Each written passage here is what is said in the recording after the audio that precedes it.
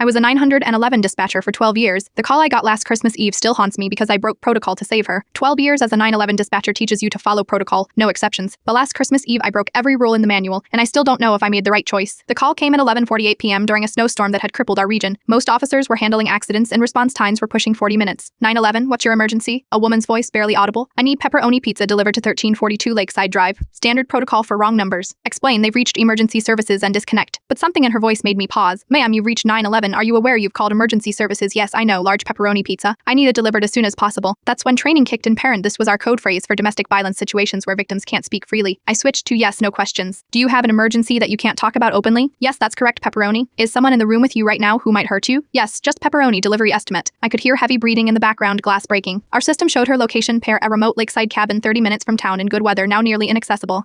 All available units are currently responding to accidents. Estimated delivery time is 35 to 40 minutes. Are you in immediate danger? Her voice cracked. That's too long, never mind. The call disconnected. Pratt Cole dictated I queue this for the next available unit, but the tremor in her voice haunted me. I checked our mapping system. Port Officer Daniels was handling a minor fender bender just 12 minutes from the cabin, but he was our newest recruit still on probation. I made the decision. I redirected Daniels, coded the call as suspicious person rather than domestic violence to avoid alerting the perpetrator through scanner traffic, and texted Daniels directly with the real situation. 20 minutes later, Daniels radioed in quietly. He'd approached on foot through the woods behind the property. Through the window, he'd seen a woman bleeding from her head, a man holding a hunting knife. Daniels called for backup but decided to intervene immediately. The confrontation ended with the suspect in custody, and the woman alive paired barely. She'd been held captive for 3 days by her ex-boyfriend who had violated a restraining order. The knife had already been used multiple times. I was reprimanded for redirecting an officer without authorization and falsifying a call code. 6 months of probation. Nearly lost my job last week. A woman visited our dispatch center. I didn't recognize her at first. Part on her face had healed, hair grown back. She handed me a small box containing a Christmas ornament shaped like a pizza slice. The doctor said if help had arrived 10 minutes later, I wouldn't have survived. She said quietly, "Thank you for understanding what I couldn't say. Sometimes protocol exists for good reasons. Other times, the rulebook can't account for the faint tremor in a voice that tells you this call is different. I don't know if I made the right choice by dispatcher standards, but by human standards, I'd do it again without hesitation."